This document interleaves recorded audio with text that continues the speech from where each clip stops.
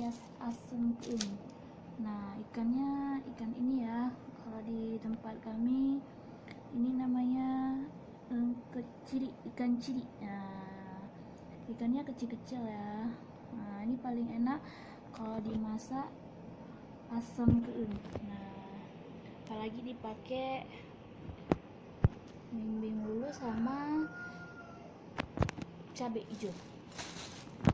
Nah, belimbing ulu sama cabai hijaunya udah dipotong-potong, taruh dalam ikan. Habis itu ikannya tinggal dibumbui.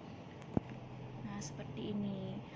Masakan kami cukup sederhana ya, tapi soal rasanya nggak kalah enak sama yang lain. Nah, bahan-bahan yang mau dihaluskan.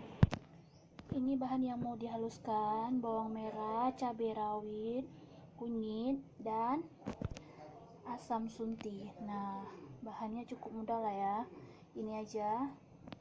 Dan juga saya pakai 2 lembar daun jeruk, ini untuk wangi-wangi aja lah ya. Ini bumbu yang tadi udah dihaluskan.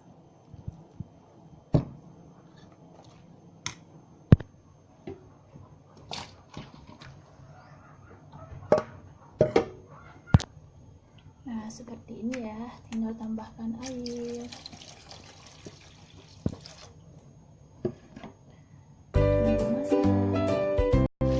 Asam keungnya udah masak. Tinggal kita angkat. Ini ya, udah masak. Nah, asam keung khas Aceh.